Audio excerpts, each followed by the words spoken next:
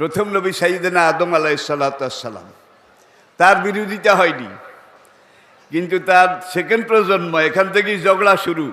হাবিল এবং, আপনারা তো জানেন, আমি শুধু মনে করিয়ে দেই, ঝগড়া শুরু, বিরোধ বিবাদ বিসংবাদ শুরু। আদম আলাইহিস সালাম, সব নবী ছিলেন দাঈ ইলাল্লাহ, সব নবীর কাজ ছিল দাওয়াত ইলাল্লাহ, আল্লাহর পথে দাওয়াত দেওয়া। আদমও দাওয়াত দিলেন।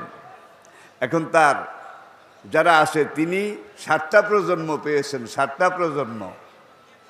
আমি বুঝাতে পেরেছি? ছেলে, নাতি, পুতি, ছাতি, লাডি, ব্যাং, ফোস, 7টা জেনারেশন আদম আলাইহিস সালাম পেয়েছেন। এখন জেনারেশনের যারা কাবিলপন্থী, যারা বিভিন্ন রকমের বিভ্রান্ত সৃষ্টিকারী, তারা নিজেদের মধ্যে একটা আপোষ করেছে, বুড়া যা বলে কথা ঠিক, যদি তোরা চাস পারিস মেনে নে, যদি মানতে না চাস খবরদার বুড়াকে কিছু বলিস না, বুড়ারে আঙ্গুল দেখাইস না। আত্মীয়তার সম্পর্কের কারণে আদম আলাইহিস সালামের বিরোধিতা হয়নি।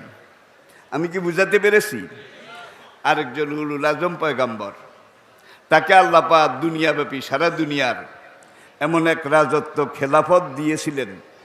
তিনি শুধু মানুষের রাজা না, পিঁপড়ারও রাজা, মশামাছিরও রাজা, পশু পক্ষীরও রাজা, দৈত্য দানব জিন এগুলারও রাজা।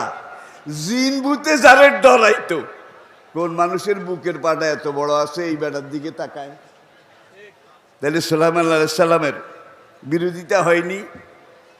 তাকে আল্লাহ এমন রাজত্ব দিয়েছিলেন, লা ইয়ামবাগি লিআহাদিন বাদি, সুলাইমানের পরে কিয়ামত পর্যন্ত এত বড় রাজত্ব আর আল্লাহ কাউকে দেননি, দেবেন না।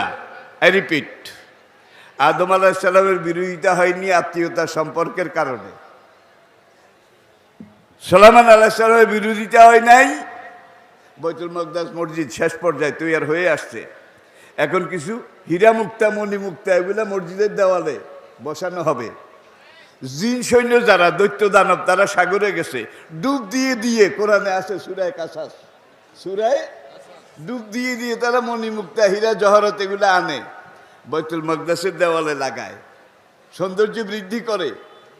সুলাইমান আলাইহিস সালাম থুতনির নিচে লাঠিটা দিয়ে এইভাবে দাঁড়িয়ে জিন সৈন্যদের, জিন রাজমিস্ত্রিদের এই কনস্ট্রাকশন কাজ এটা পর্যবেক্ষণ করতেছেন। এই দাঁড়ানো অবস্থায় তার মৃত্যু হয়ে গেছে। এখন জিনেরা মসজিদের কাজ করে, বাকি যেটা আছে